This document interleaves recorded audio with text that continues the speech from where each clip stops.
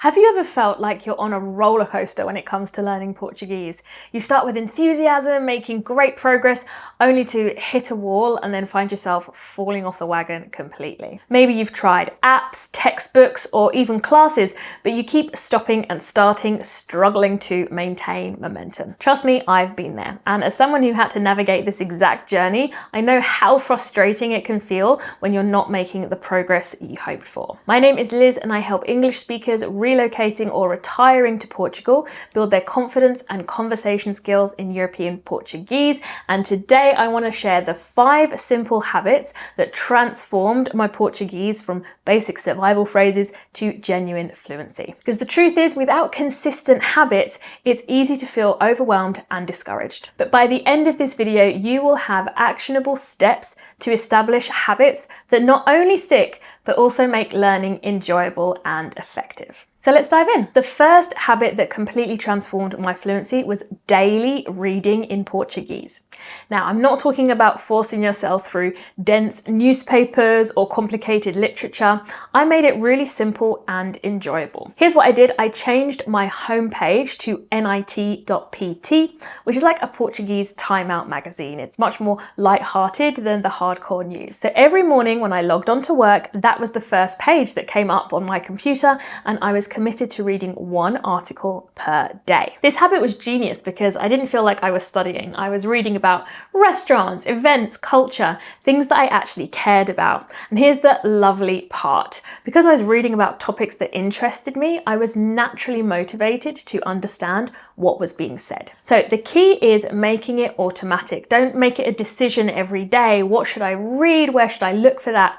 Just set it up so that it happens naturally as part of your routine. So what are you interested in? Is it music, food, history? Whatever it is, I recommend you find a website that covers it and make that your homepage to visit each time you log on to the computer. Or if you're more of a mobile, on the go sort of person, follow some social media accounts that will share posts with short captions on that topic that you are interested in. It's another great way to read small bites on the regular. So how could you adapt this to your level? Of course, some people are just starting out, some people are improving. So I set a reading challenge to my students every month. And here's how we adapt it to suit everyone, whether they're just getting started or improving their reading skills. For people who are at the very, very beginning, we give them the article and we ask them to look up 10 words that seem to be very key to the story and simply look them up and write down what they mean to start building their vocabulary. From there, they can make a guess as to what the article is about and then see if they were right. Level 2, for people who are a little bit more able than that, we ask them to translate the whole thing into English. And for people who are really advanced, we get them to do the first 2 and also to write a short summary in Portuguese, 3 or 5 sentences of what the article is about, so they can also practice their writing skills at the same time. Reading aloud is also a great way to bring pronunciation practice into this habit. So honestly, this is one of my favorite things to do and to recommend. By the way, if you want to join us inside the Portuguese Pro program, just sign up for my free lesson for beginners that's linked in the description. It will give you everything you need to start speaking Portuguese and has all the information on how to apply to join us at the end. The second habit is all about building up listening skills. So I committed to listening to Portuguese podcasts every time I left the house. This turned my daily walks, my trips to the gym, grocery shopping, or walking the dog into really fun learning experiences. So the podcast I used to listen to was Bárbara Cardoso's Qualquer Dia é Muito Tempo. She speaks in a really clearly relaxed, fun way, which is exactly the kind of phrases that I wanted to pick up. And it felt like just having a conversation with a friend while learning new expressions all the time. But here's a brilliant twist that one of my students, Lynn, recently shared with our community that showed how you can now use the power of AI to generate your own short podcasts. It's honestly the best use of AI I've seen so far, so let me show you how he did it. So Lynn is planning to walk the Caminho de Santiago, so he gathered research about the Caminho Português and fed it to the tool Notebook LM, which is an AI tool that can generate audio podcasts. So all you have to do is visit this website. We are going to be just using the free version here. You're going to find some source text, so 3 or 4 articles, and you're going to copy that URL, put it over here, and then it's going to be able to generate this audio podcast for you. Bem-vindos a esta nossa exploração. Hoje vamos mergulhar num tema que acho fascinante, o Caminho de Santiago. Temos connosco bastante material, artigos sobre as rotas, história, experiências. Pois. E a ideia é mesmo tentar perceber o que torna isto tão especial, não é? Porque é que tanta gente o faz e o que é que realmente significa? Vamos tentar extrair o essencial disto tudo. So how good does that sound? He now has a custom Portuguese podcast about hiking that he's genuinely excited to listen to. So once again, if you can find or even generate content that genuinely interests you, whether it's travel, cooking, sports, or anything else, you'll be much more motivated to understand what is being said. So this is going to make regularly listening to Portuguese audio much easier to stick to. I recently did 2 videos that lay out exactly how I teach my students to practice and hone their listening skills.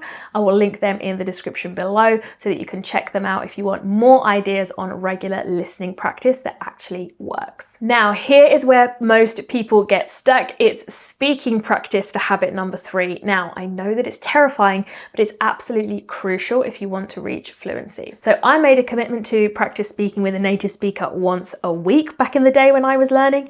Notice I said once a week rather than every day, because we need to make it manageable when you're first starting out rather than making it overwhelming. So you can find a language exchange partner. That's somebody who wants to help with your Portuguese while you help them with your native language. You can use platforms like Conversation Exchange, Reddit, local Facebook groups.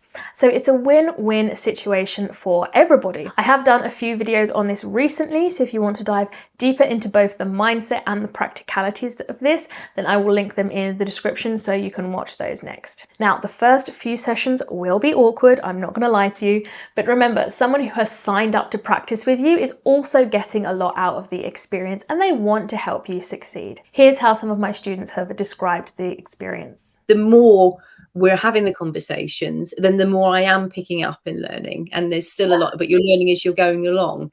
And that's it's not holding me back, whereas before it possibly would have done. But it's just something like that. And it's definitely, the more you practice it, the more you're speaking it and listening, then you know, the more you're going to pick it up. They are the kindest, most generous people. And we have become friends where we can talk about things that that are important to us in life. These two, Tatiana and Francisco, have been absolute stars, are now really good friends. And yeah, I really enjoy their company and the time we have together to speak and what they're teaching me. And hopefully it's a 2-way thing. And they enjoy talking to me too. You can start with a simple topic like family, hobbies, or your daily routine. Prepare a few phrases and questions beforehand if that makes you feel more confident. But the key really is consistency. That weekly practice session will transform your confidence faster than any textbook ever could. The 4th habit that I personally got into to practice writing was writing emails in Portuguese, even when it wasn't 100% necessary. So living in Portugal, I had opportunities to communicate with landlords, service providers, local businesses, and I made the commitment to always use Portuguese, even when I could be lazy and write in English. This habit was fantastic because it helped me practice everyday vocabulary and phrases I actually needed, and it was reinforcing what I was learning in a practical way. So if you're not in Portugal yet, you can still practice this habit. You can write emails to Portuguese businesses you're researching, join a Portuguese Facebook group and participate in the discussions, or even keep a simple daily journal in Portuguese. The beauty of written practice is that you have time to think, to look up words and craft your sentences. It's kind of like speaking practice, but with the training wheels on. You're building your confidence before those real-time conversations. Another good way to incorporate writing is to send texts or WhatsApp to your speaking partner in between sessions. This will give you an extra boost and keep the connection alive outside of your sessions. Finally, and this might be the most important habit of all, I joined a community of fellow learners to keep myself accountable. Because here's the truth, it's one thing to say that you're going to do these habits, but it's another thing entirely to actually have to stick to them. Having someone to check in with, to share your daily goals, to celebrate your wins with, makes all the difference. So I have done this in the past. I've joined Facebook groups that are focused on changing habits, and I would post there every day to keep myself accountable with what it is I was trying to learn or achieve at that time. So you could do this with a Portuguese class, by finding a study buddy, or of course joining our Portuguese Pro community where hundreds of learners support each other's progress. The wins section of our community is my favorite place to visit every week. It's so special to see everyone cheering each other on and reaching goals that they didn't think were possible. Like Peter, who recently booked a table at a restaurant over the phone, or Leo, who can now do most of his daily interactions in Portuguese after only studying with us for 2.5 months. The key is finding people who understand your journey and can celebrate your wins, even the small ones.